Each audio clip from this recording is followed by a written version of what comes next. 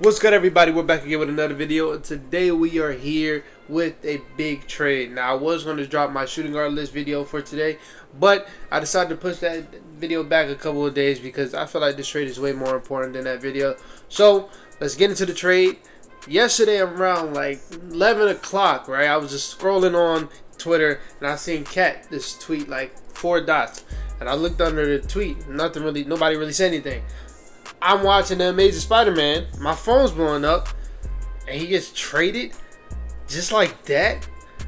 That shit fucked me up because he was the last person I would thought would get traded. It really came out of nowhere, and I like surprises like this. Kind of like last year with Dame. Even though we knew Dame was going to get traded, around that time we didn't know that Milwaukee was in a race. So we was more so thinking Miami. Just all the reports from Miami, it was like, yeah, he's going to Miami. Then out of nowhere, the Bucks just come out of nowhere and get him. It kind of felt like that yesterday, but we didn't know Cat was going to get traded at all. We didn't know Julius Randle was on the market at all. So this was an amazing night for NBA Twitter. The trade was Karl for Julius Randle, Dante DiVincenzo, and a first-round pick, but like later on in like 2 years, it's going to convey to a second-round pick, so the pick doesn't really matter at all. But that was a trade. Now to talk about the Timberwolves, because I feel like I'm going to spend less time on them. I don't know how I feel. At some points in the day today, I felt like I liked the trade, and then at some points in the day today, I felt like I hated the trade.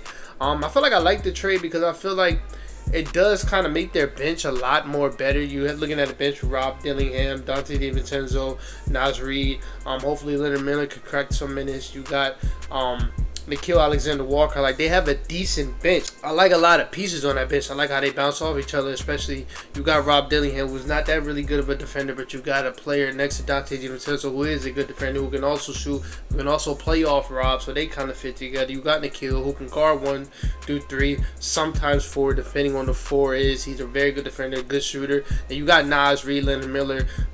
Naz Reid, former 6th Man of the Year, very good basketball player, very good offensive player, and last year on defense in the playoffs, he showed me a lot, so hopefully his defense can grow. That's a nice bench. But then when we look at the starting lineup, you got Julius Randle. Now, this is why I don't like the trade.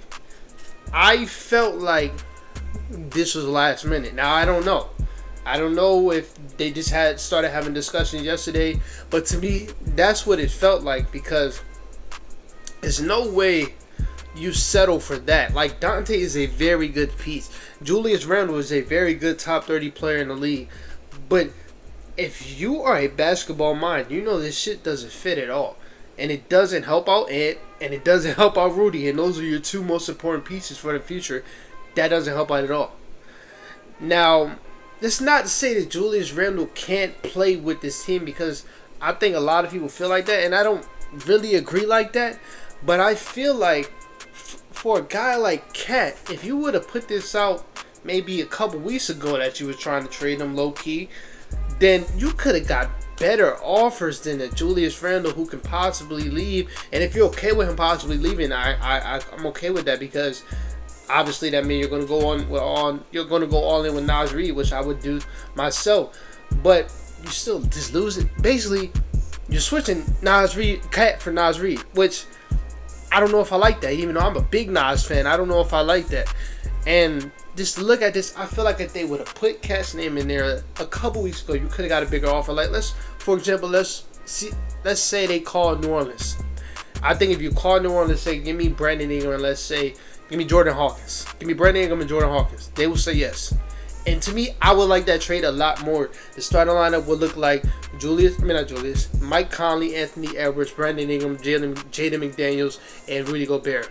Very good. I think he fits that team way more than Cat does. Way more than Julius Randle does. And then you also get Jordan Hawkins, who's a very good shooter, very young player that has a lot of potential for his role. I like that a lot more than having Julius Randle, because I feel like if you would have had a BI, you would have had another solid shot creator next to Ant, who can also play off and who's also comfortable with playing off ball, who showed vast improvements on defense last year, and I feel like he will also fit this system. I think for a guy like Jaden McDaniels, I think he can guard a lot of forwards if you're not named Giannis. I think he would be perfect at that four spot position, and I would think that's just a lot better than having Julius, because when we're looking at a guy like Julius, very good player. Compare him to Ant. One's a shooting guard, one's a power forward, but they play a lot alike. Tunnel vision scores. And now I will give Ant his credit. He's a way better defender, and I don't think Julius is terrible on that side, but I don't think he's good. But I do think having Rudy Gobert, he raises everybody's potential on that side. But as far as offense, him and Ant don't play like each other, but they're all both bad shot takers, bad shot makers, who are okay to decent playmakers. I would even say Julius Randle is a better playmaker. Looking at this lineup, what made it work was Cat was so willing to play off ball because he is the best big man shooter of all time, that it worked. The offense, even though the offense is always around like 20 for the last 2 years, 20th rank in the league, it worked because Cat was playing off ball, but when you needed him to score, he was doing that. I don't think you can give that same role to a Julius Randle. But like I said, if you would have waited, you would have put this out, if you would have offered the Pelicans, they would have gave you B.I. And I feel like he would be willing to play off ball because he's been doing it for the last 2 years with Zion. So I feel like just having Julius Randle here, it doesn't make sense. And then what also doesn't make sense is, bro, you just made the conference finals. To me, you don't make this big of a move after making a deep playoff run. That is just like, I understand Cat was about to make some crazy money that you don't want to play the luxury tax. You probably shouldn't have gave him that contract anyway, but you did. And if I'm not mistaken, they did that when they had Rudy and they knew they were going to have to sign Ant in a year or two. So that's on nobody but them. So I just, for them, I would kind of give a grade for the trade. I would give it a B- because Dante is like a perfect role player for this team. And if you do lose Julius, still, I would give, the trade was Dante for Cat, I would love it. I'm not gonna lie, I would love it because Dante just fits anywhere and he would fit this team perfectly. But losing Cat, man, it's just, I don't know. And then the fact that I'm hearing they didn't tell him that he was in trade talks, like, bro, he's been through the downs. I'm not even gonna say through the ups and downs. The ups just happened a year or two ago, but he's been through the downs. He's been in the league for 9 years. 6 or 7 of them years were all downs. 4 or 5 different coaches, like, just to not tell him, that's crazy to me. Now, for the Knicks. Now, I had a conversation about this for like 2 hours yesterday. I don't know how I feel about this trade for the Knicks either. I think off face value, you get a guy like Cat, who's at the 5, who's going to make their offense better, because I feel like it allows the paint to be open. You don't really have a Julius Randle down there, and in my opinion, I don't think he can play with Mitchell Robinson, which we will talk about. So the paint will be open, and that's all Jalen Brunson needs. That's really all he needs. The paint to be open. He will be down there a lot. But for their defense, I feel like over the last, I'm saying they started, Julius Randle came in 2020, if I believe, and I think that same year Mitchell Robinson came. For the last 4 years, they built an identity over being a tough team. Like, even when that one year, I believe it was 2022, when they were bad. No, it was 2021 where they were bad after the playoffs, because I think people got hurt. Even in that year, they were still known as a tough team. And I think a lot of that identity was based off of having Julius Randle and Mitchell Robinson. And I know I'm saying and Mitchell Robinson, and he's still on the team. But like I said before, I don't think Cat and Mitchell Robinson can play with each other. That's one. And two, I don't think they got Cat to play with Mitchell Robinson. I think they got him to run a 5-out offense to make their offense more unstoppable. The reason why I don't think Cat and Mitch can play with each other, I think Cat made improvements. I'm going to say that. I think he made improvements on that side. But I don't think it's that crazy to where it's like, oh, now he's a good defender, or now he's not a liability. No, I think Rudy helped him out a lot, and that's obvious. We all know that. But I think a lot of people are giving him a lot more credit than I would give him. I don't think he's still a good defender at all. I think he's still meant to bad. Like, I'm not really high on Cat's defense. And then looking at a guy like Mitchell Robinson, I don't think he is good enough to cover Cat's ass in the East, especially. And you probably be like, well, he did it for Julius Randle. This is the thing. Julius Randle was tasked with guarding fours. If we look at the Minnesota Timberwolves, when it came to the matchups where Cat and Rudy was a defensive duo, and you really seen it, it was when Rudy was guarding the corner and Cat was guarding the bigs, and Rudy was able to roam everywhere. They cannot do that over here in the East. Cat has to guard the fours. If you're going to replicate what they did the previous years, he has to guard the fours. So you're guarding the Jason Tatum, you're guarding the Evan Mobley's, the Kevin Durant's, the LeBron James, and he's getting cooked every single time. And you can say Julius Randle was getting cooked. You can say that, okay, but that's my point. I don't think Cat is on. I don't think he can replicate what Julius Randle did in that defense. It's just because he's a 5. I don't see him as a 4. I think Julius Randle is a 4. So even though he was locking down those guys, that's a better matchup for him.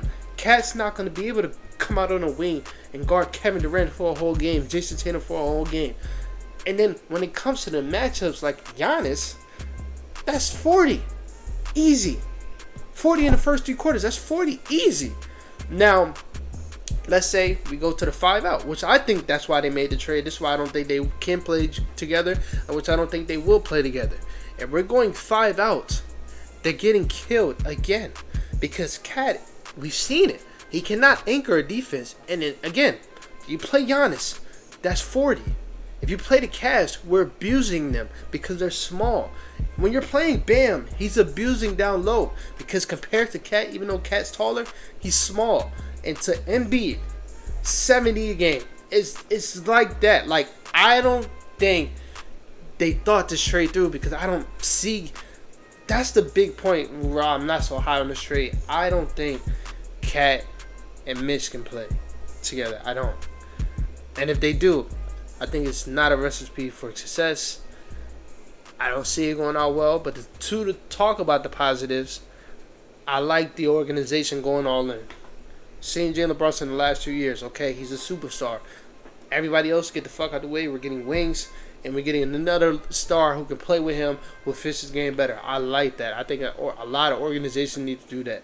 If I'm a Hawks fan, I'm pissed off. Why the fuck haven't y'all done that for Trae Young over these last few years? And they could be like, oh, we gave you DeJounte. No. Think smarter. At least the Knicks thought on the basketball level mind. Cat fits Jalen Brunson. So I like that. I like the potential lineup of the small ball line. I mean, not the small ball, the 5-out lineup. I like the lineup over Jalen Brunson, Josh Hart, Mikal Bridges, OG Anunoby, Cat. I like that. But I think before the trade where the team was Jalen Brunson, Mikal, OG, Julius, Mitch Robb, off the bench you have, I was about to say Bryce, Miles McBride, Dante, Josh Hart, not Mitch Robb, Precious Achua. I feel like I'm forgetting another name. But still, I like that roster because I feel like against a lot of teams, they're a bad matchup. Like against the Celtics, Jason Tatum has to guard Julius because you're not putting Al on Julius. You're not putting Kristaps on Julius. That's food.